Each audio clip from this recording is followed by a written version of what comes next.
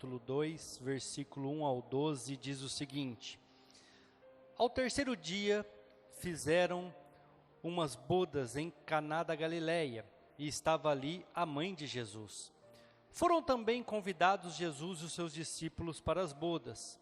E faltando um vinho, a mãe de Jesus lhe disse: Não tem vinho. Disse-lhe Jesus: Mulher, que tenho contigo? Ainda não é chegada a minha hora. Sua mãe disse aos empregados: Faça tudo quanto ele vos disser. Estavam ali postas as talhas de pedra para as purificações dos judeus, e em cada uma delas cabiam 2 ou 3 metretras. Disse-lhe Jesus: Enchei de água essas talhas. E encheram-na até em cima. Disse-lhe: Tirai agora e levai ao mestre-sala. E levaram. E logo que o mestre-sala provou a água feita em vinho, não sabendo de onde vinha, se bem que os empregados sabiam que tinham tirado a água, chamou o mestre-sala ao esposo e disse-lhe: Todo homem põe primeiro o vinho bom, e quando já tem bebido bem, então o inferior. Mas tu guardaste até agora o melhor vinho. E Jesus principiou assim os seus primeiros sinais em Caná da Galileia, e manifestou a sua glória, e os seus discípulos creram nele. Depois disso, desceu a Cafarnaum, ele, sua mãe, seus irmãos, seus discípulos, e ficaram ali não muitos dias. Amém? Igreja, nós estamos no mês de abril, e no mês de abril todo nós vamos estar falando sobre os milagres de Jesus. Sobre tudo aquilo que Jesus fez, tudo aquilo que Jesus tem feito e ainda pode fazer. No dia 20 de abril, nós vamos ter uma ceia especial, porque é o domingo de Páscoa, o domingo da ressurreição. Então convide pessoas, convide amigos, traga aqui e vamos participar de uma santa ceia especial. Uma mesa vai ser montada de forma especial e vai ser uma bênção, igreja, vai ser tremendo. E esse aqui é o primeiro milagre de Jesus. Este é o milagre que todos conhecem, da água transformada em vinho, feita numa festa de casamento em Caná da Galileia. E é interessante que aqui tem alguns aprendizados que nós precisamos ter. Porque quem aqui quer viver milagres? Dá um glória a Deus aí no seu lugar. Todos nós queremos milagres. Milagres na nossa empresa, milagres na nossa vida particular, milagres na nossa casa, milagres na vida profissional, milagres na saúde. Queremos viver milagres em tudo aquilo que nos cercam, mas muitas vezes, para nós vivermos milagres, nós precisamos seguir alguns princípios. Não dá para viver milagres sem seguir os princípios. Não dá para viver as promessas de Jesus achando que você vivendo do teu jeito, da tua forma, sem uma mudança de vida, como nós temos pregado aqui, sem uma conversão verdadeira, que você vai alcançar alguma coisa. Porque não vai.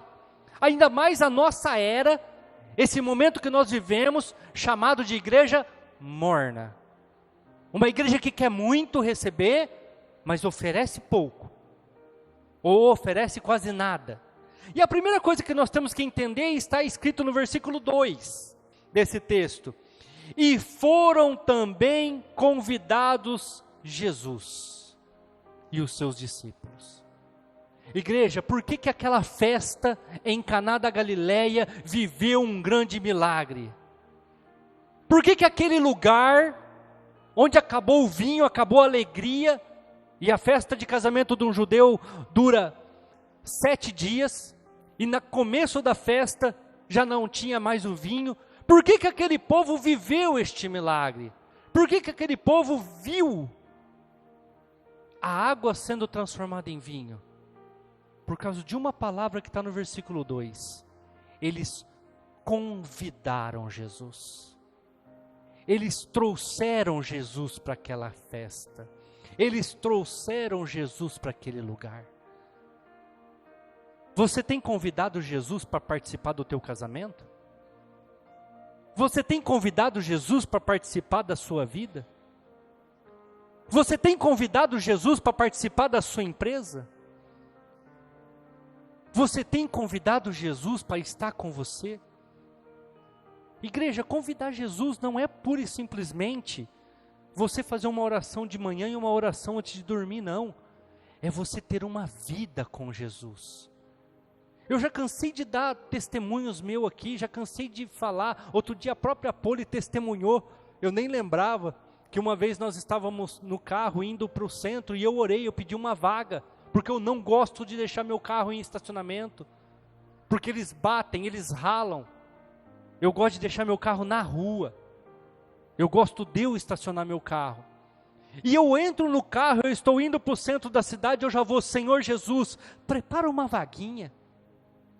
Prepara um espaçozinho para que eu possa parar meu carro. Igreja, querendo ou não, eu estou convidando Jesus para estar comigo naquele período, de eu sair da minha casa e chegar no meu destino. Querendo ou não, eu estou falando com Jesus para que Ele prepare uma vaga para mim. Muitas vezes as pessoas não convidam Jesus para participar da sua vida. Igreja, eu tinha 16 para 17 anos, eu entrei numa igreja, e eu convidei Jesus para fazer uma diferença na minha vida. Eu ajoelhei os meus 2 joelhos ali no chão, e eu falei, Senhor, se for verdade isso que esse pregador está falando, faz a diferença na minha vida, e eu vou te servir, e eu vou te seguir, eu vou ser um homem diferente.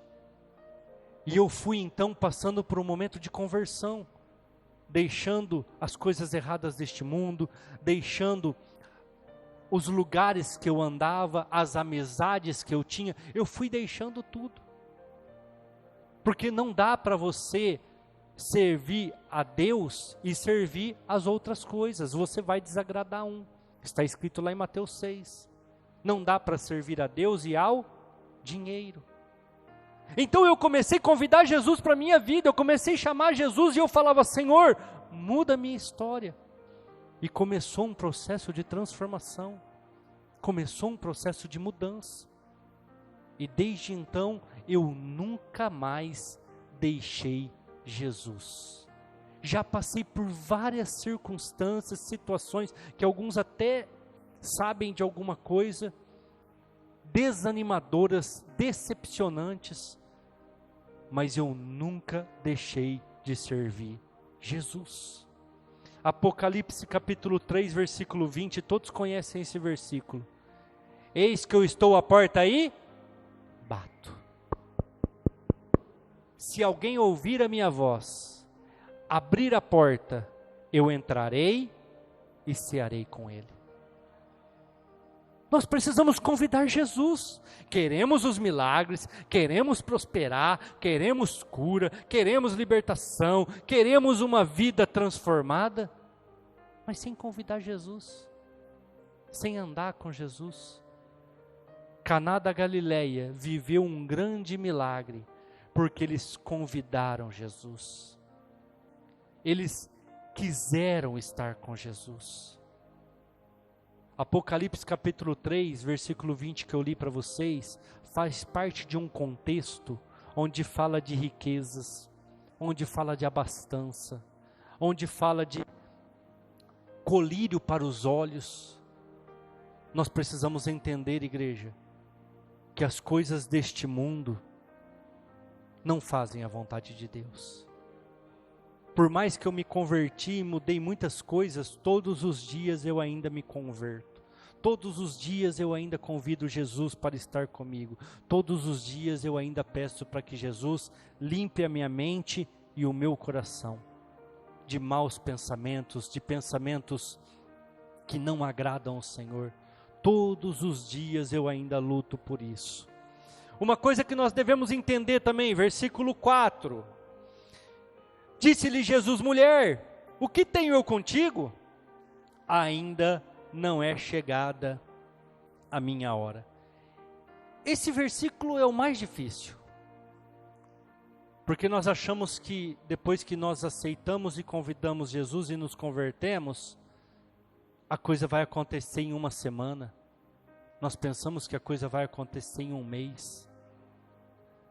Nós pensamos que as coisas vão ser rápidas. Uma vez eu estava ensinando na escola bíblica e uma irmã quis dar o testemunho que o marido dela se converteu.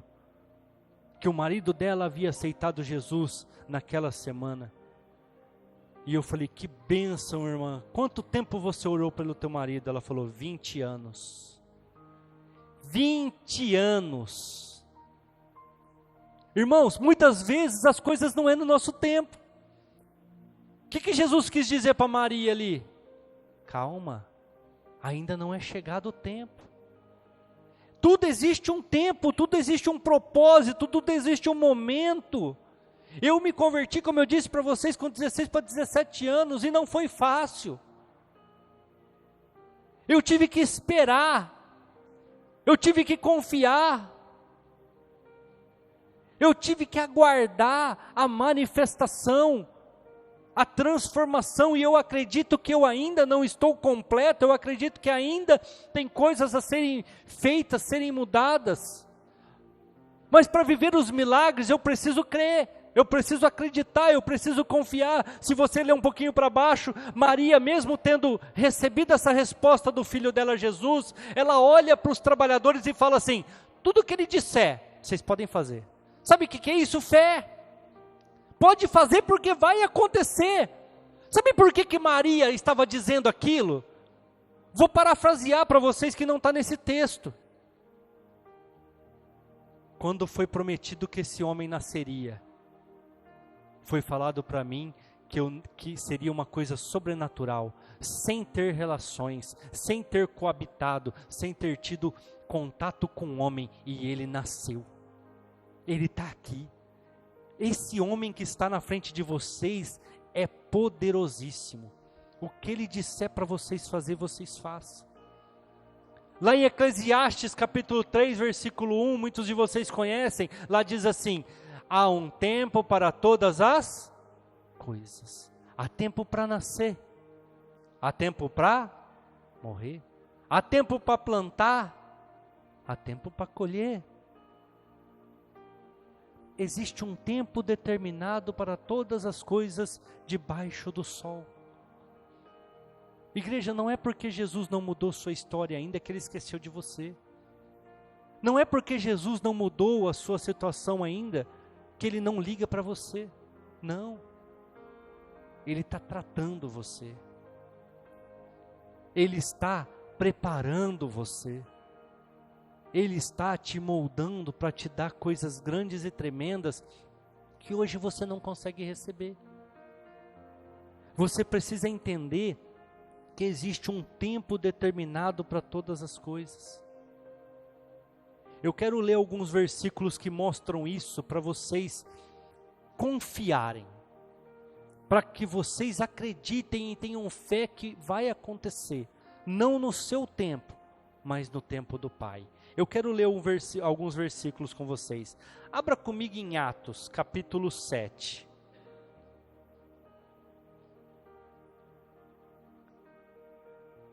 Atos, capítulo 7. Com 40 anos de idade, Moisés tentou libertar o povo de Israel da escravidão do Egito. E ao apartar uma briga, ele acabou matando um egípcio.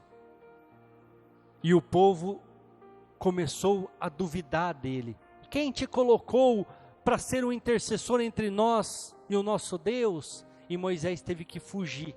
É isso que eu quero ler com vocês. Por isso que eu estou parafraseando aqui. Atos 7, 23. E quando completou a idade de 40 anos, veio-lhe ao coração ir visitar os seus irmãos, os filhos de Israel. Ele quis libertar o povo, mas não conseguiu. Agora eu quero ler o versículo 30. Completados 40 anos, apareceu-lhe o anjo do Senhor no deserto do Monte Sinai, numa chama de fogo de uma sarça. Com 40 anos de idade, Moisés colocou no coração que ele queria libertar o povo. Mas era a hora, igreja? Não. Não. Aí por aquela atitude ele acabou matando um egípcio. Para não morrer ele teve que fugir. Só que 40 anos depois, agora ele com 80, 40 anos depois, Deus aparece para ele numa sarça ardente. e fala para ele: volta para o Egito, porque agora você vai libertar o povo. Ele queria fazer isso 40 anos atrás, mas não era a hora, não era o momento. Agora, 40 anos depois, ele com 80 anos, a Bíblia fala que Deus aparece para ele numa sarça e fala: volta para o Egito, porque agora você vai libertar o povo. Agora você vai ser um instrumento em minhas mãos para libertar aquele povo. Então, 40, 80, agora nós vamos para 120. Coloca para mim ali em cima, Arthur, Deuteronômio 34, 7. Deuteronômio 34, 7. Era Moisés da idade de 120 anos, quando morreu. Com 40 anos ele quis libertar o povo, com 80 anos ele libertou, com 120 anos ele morreu. 4, 4, 4. Eu quero dar outra referência para vocês que está em Mateus capítulo 1. Abra comigo aí, Mateus capítulo 1, versículo 17. Mateus capítulo 1 fala das gerações até chegar ao nascimento de Jesus. Nós não costumamos fazer isso aqui na América do Sul, mas lá no Oriente Médio é costume eles terem a árvore genealógica, eles saberem da onde que eles vieram, da linhagem que eles vieram. É por isso que vocês ouvem: eu sou da tribo de Davi, eu sou da tribo de Judá, eu sou da tribo de Naftali, porque eles seguem isso. E aqui capítulo 1 de Mateus está falando da genealogia de Jesus. E no versículo 17, a Bíblia fala assim, de sorte que todas as gerações, desde Abraão até Davi, são 14 gerações. Abraão foi um grande homem na presença de Deus, amigo de Deus. Até chegar o grande rei Davi, passou-se 14 gerações. Vamos continuar. De Davi até a deportação para a Babilônia, 14 gerações. E desde a deportação para a Babilônia até Cristo, que é a nossa liberdade, que é a nossa libertação da escravidão da morte, 14 gerações. Você está vendo como Deus, ele é específico? Ele não erra.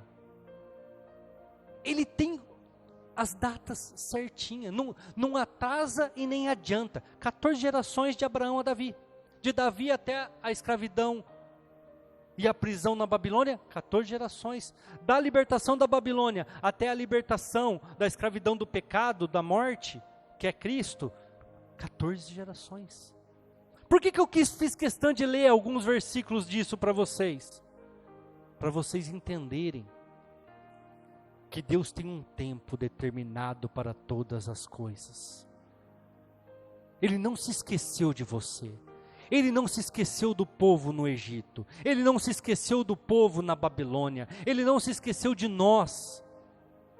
Mas conforme foi cumprindo-se os determinados, as coisas foram acontecendo. Outra coisa que aconteceu também foi o tempo da Babilônia. Vocês vão ficar lá por 70 anos. Coloca para nós ali Jeremias 29, 10. Jeremias capítulo 29, versículo 10. Porque assim diz o Senhor, certamente que passados 70 anos na Babilônia. Vocês vão ficar 70 anos aí. Por quê? Porque adoraram outros deuses, porque adoraram imagens de esculturas, porque não me serviram, não me obedeceram. Mas passados 70 anos, eu vou libertar vocês. Passado esse tempo, vocês serão libertos. Sabe o que acontece, igreja? Nós tomamos decisões erradas, sabemos que essas decisões vão nos trazer consequências, mas depois culpamos a Deus pelas consequências. E queremos que Ele resolva o problema que nós geramos através das nossas escolhas e atitudes, num estalar de dedos. Mas não é assim. O pai que ama ele sabe que a criança vai falhar, ele sabe que a criança vai se machucar. Lógico, eu não estou falando de coisas graves, mas muitas vezes ele permite. Muitas vezes ele permite. A Rafaela é terrível, assim, uma criança bem agitada. Uma vez nós assando carne, eu falei para ela, não vai perto da churrasqueira que você vai se queimar. Não vai perto da churrasqueira que você vai se queimar. E ela lá, beirando. Daqui a pouco eu não falei mais nada. O que aconteceu? Se queimou. Foi mais perto da churrasqueira? Não. E ficou a marca na mãozinha dela. Toda vez que ela olhava para a marca, o que ela lembrava? A churrasqueira queima. Eu vou perto da churrasqueira? Não. Igreja, muitas vezes Deus permite as marcas. Para quê? Para que você não erre mais. Para que você alcance os milagres. Você tem o livre-arbítrio, você foi lá, você escolheu, você fez o que queria fazer. Agora tem as consequências.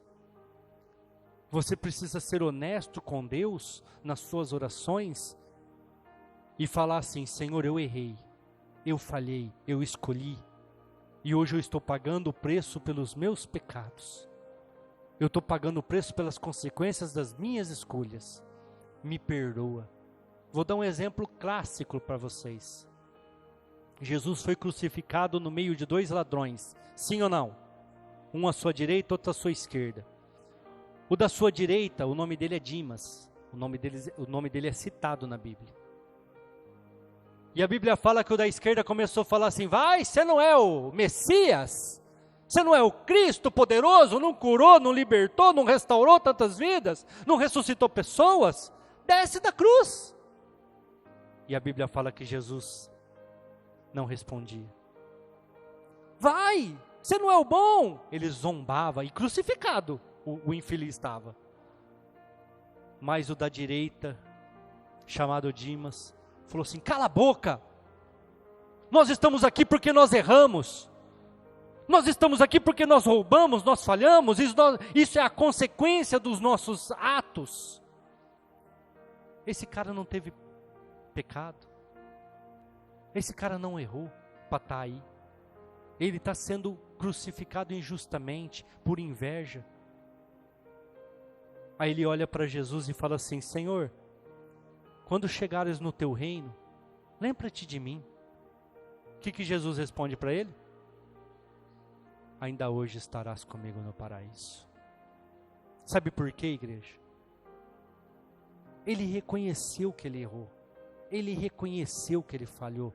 Ele reconheceu que ele pecou. E com isso, ele atraiu a graça de Jesus. Por que nossa geração não atrai a graça de Jesus? Cambada de arrogante. Cambada de soberbo.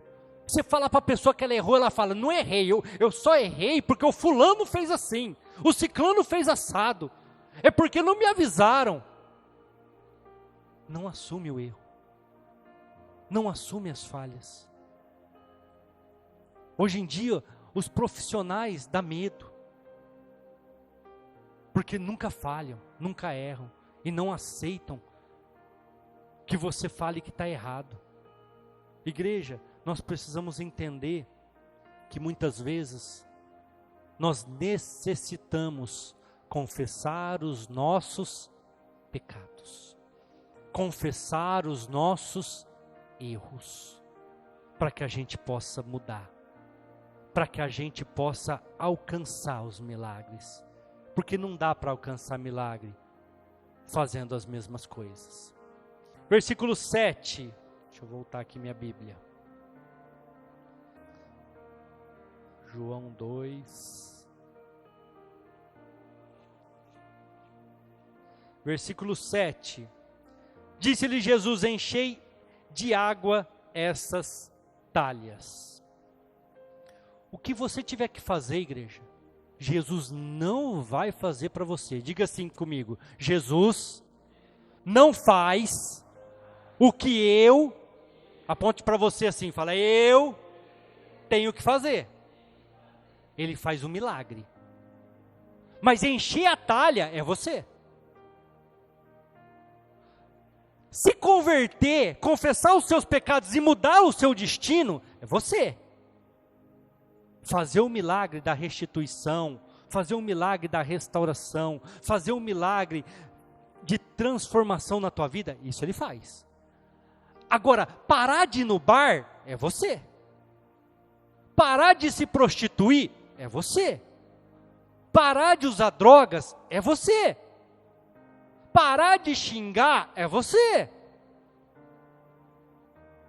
Tem coisas que é você quem tem que fazer e ele não faz, esquece. Ele não faz. Ele poderia falar assim: Senhor, no meu nome, Pai, enche essas talhas. E as talhas seriam cheias. Mas não, enche as talhas. Aí você pode falar: mas pastor, abre a torneira, põe a mangueira lá dentro e as talhas vão encher. Igreja, nós estamos falando de 2000 anos atrás. Como é que se enchia as talhas de água? Alguém sabe? Joga o balde, não é assim? Espera bater na água lá embaixo, aí. E ó. Sabe quanto que cabia nessas talhas, nessas 3 talhas? De 80 a 120 litros de água, cada uma. Vocês acham que eles ficaram quanto tempo enchendo aquelas talhas, igreja? Não foi fácil, não. Porque hoje, igreja, às vezes nós lemos a Bíblia e não entende o que ele está falando. Deu trabalho para encher as talhas. Porque era tudo no poço. Era tudo no poço. Ah, pastor, mas é que tinham 5 poços lá perto. Então cada um pegou um pouquinho e deu certo. É assim? Como é que é Israel para a água, igreja? Você tem que furar 10 poços para um ter água. Não é igual aqui em Rio Preto, que se eu furar um poço aqui, ó, na frente do altar, sai água. Porque nós temos o aquífero Guarani. Nós somos o país mais rico do mundo, porque nós temos água. E água potável. Israel não. Você fura 10 poços. Dos 10, uns 3 tem água. 2 é água salgada, porque ele é banhado pelo mar. Então não serve para nada, é água amarga. E às vezes, vai ter água doce. Então, os poços são longe, não são pertos. Igreja, o que eu estou querendo dizer com isso? Não é fácil tomar decisões, não. Não é fácil mudar. Não é fácil querer a mudança.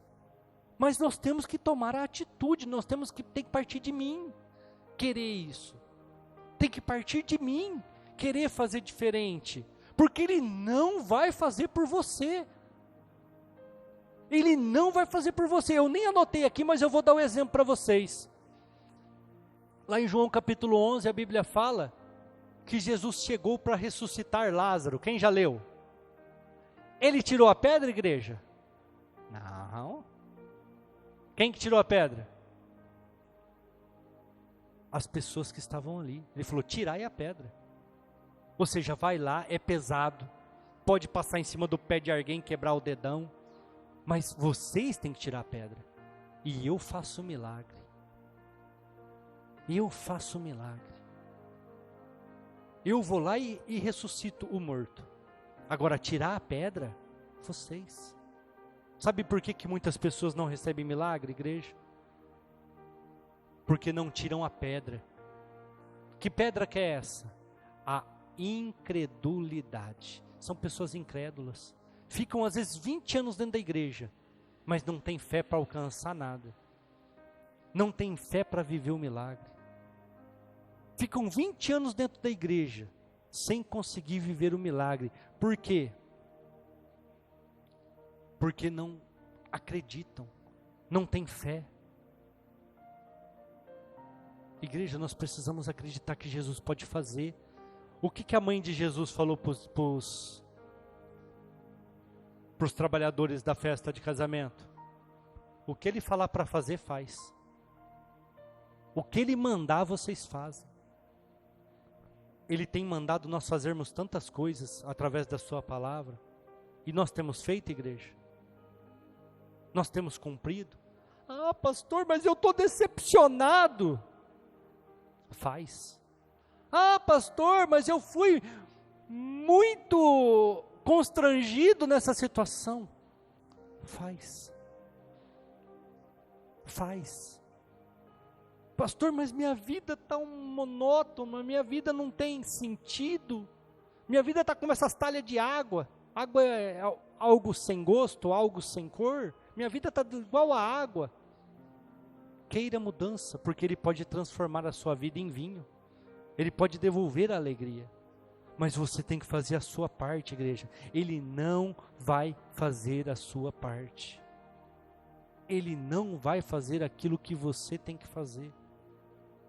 É errado você achar que de vir na igreja já está bom. Não está bom. Não está bom. Ah, mas eu adoro. Vou falar igual o próprio Jesus falou quando ele estava entrando em Jerusalém.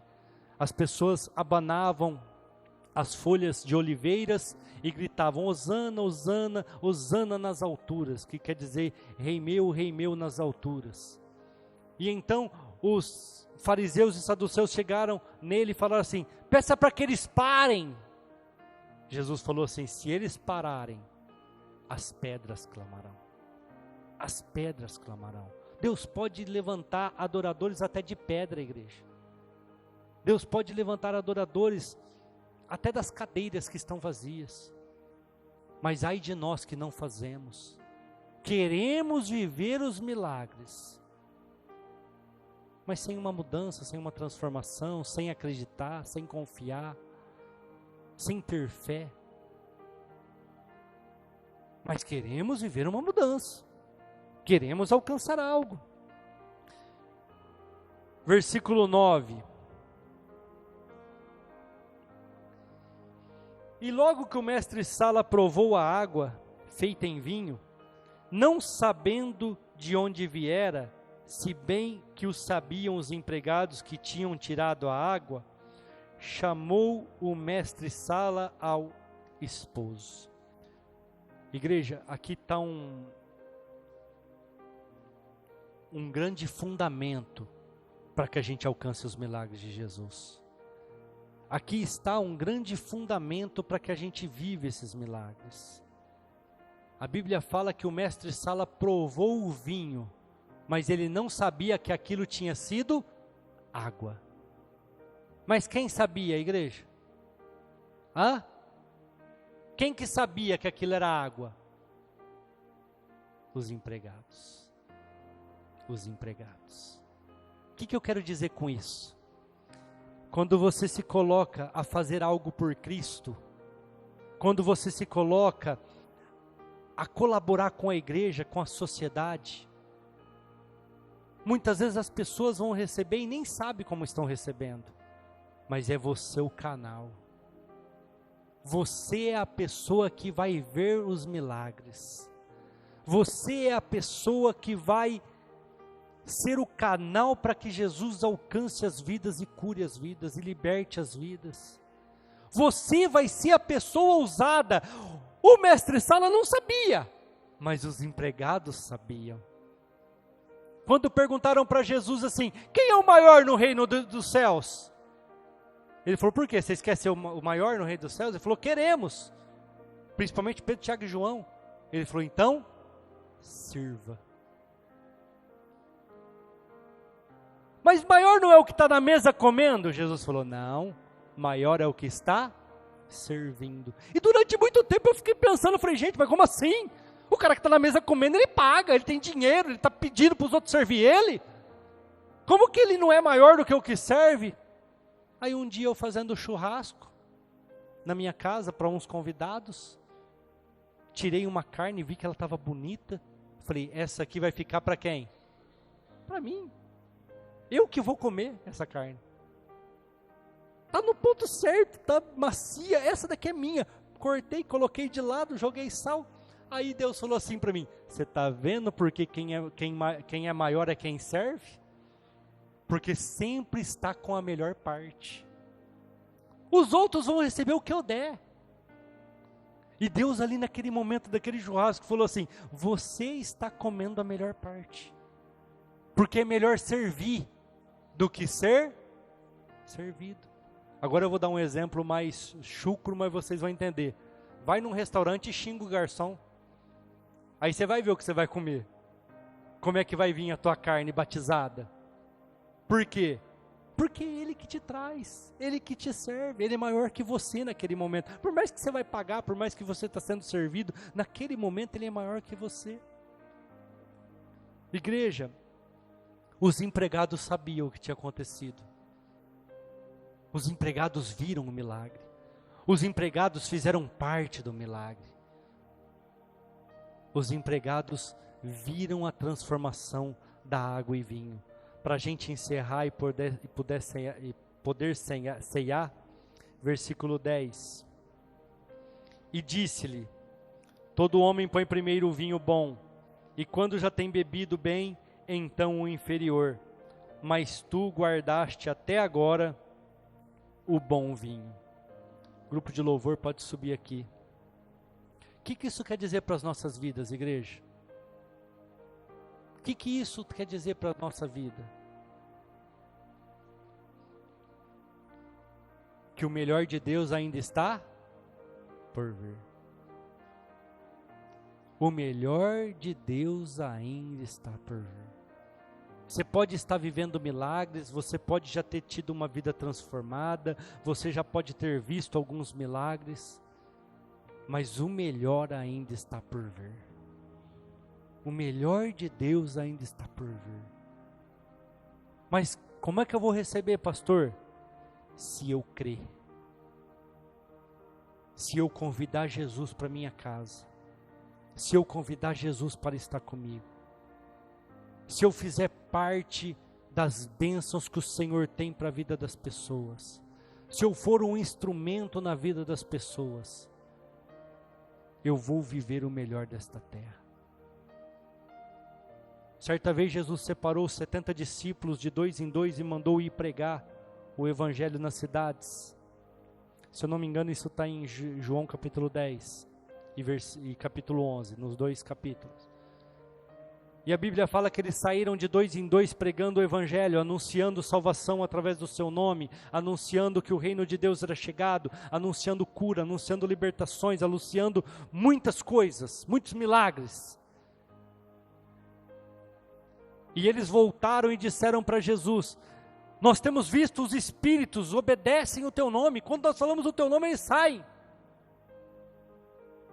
Mas o que é mais importante, igreja, é o que a Bíblia fala no capítulo 11, versículo 1. Enquanto eles foram pregar o evangelho, Jesus foi na casa deles. Jesus foi na casa deles. Você quer ter Jesus na sua casa? Para de se preocupar com você mesmo. Se preocupe com as pessoas. Se preocupe com os amigos, com aqueles que estão necessitados. Convide eles para estar na igreja, convide eles para participar do culto. E você vai ver a transformação na vida deles. E a hora que você olhar, você vai falar: mas eu não tinha um problema aqui? E Jesus vai te responder: tinha, mas eu já resolvi. Mas meu filho não dava trabalho? Dava, mas eu já resolvi. O meu esposo não era um problema? Minha esposa não era um problema? Era, mas eu já resolvi. Você lutou durante anos por eles, não conseguiu resolver nada. Mas a hora que você passou a servir, Jesus vai na tua casa e resolve os seus problemas. Se coloque de pé nesse momento, igreja, vamos orar. Aleluia. Eu não sei que milagre que você precisa vivenciar. Eu não sei se é uma cura, uma libertação, uma restauração, um milagre financeiro, um milagre na saúde, eu não sei. Mas você sabe. Nesta hora, convide Jesus para entrar na sua vida. Convide Jesus para estar com você. Tenha a atitude nesta hora de falar: Senhor, eu erro aqui, eu erro ali, eu vou mudar. E você vai ver o milagre sendo feito. Você vai ver que Ele tem poder para fazer um milagre. A atitude tem que ser sua. Tirar a pedra da incredulidade é você. Mudar as circunstâncias que te envolvem é coisa sua. Abandonar o pecado é você. Mas viver o milagre, fazer o milagre, deixa na mão daquele que é Senhor, que faz milagres, como Schubert ministrou aqui quarta-feira, João 22, eu não me lembro o versículo, acho que 21, onde a Bíblia fala assim: se todos os milagres de Cristo fossem escritos em livros, tenho em mente que nem em todo o mundo caberia tantos livros que seriam escritos. E você pode receber um desses milagres. Aleluia, glória a Deus, graças a Deus. Igreja, repita assim comigo: todos colocam o melhor no começo, mas você, Jesus, deixou o melhor no final. Diga assim bem forte com fé, igreja, crendo: o melhor de Deus está por vir sobre a minha vida. Aleluia, glória a Deus, graças a Deus. Nós vamos viver milagres, aleluia, glória a Deus. Não importa como começou, importa como vai terminar. Tem pessoas que começam bem e terminam mal. Às vezes você começou mal e vai terminar bem, porque Jesus guardou o melhor para o final. Jesus guardou o melhor para a sua vida para o final. Mas eu quero, pastor. Tome algumas atitudes, mude algumas situações, tenha fé e você vai receber. Amém? Glória a Deus.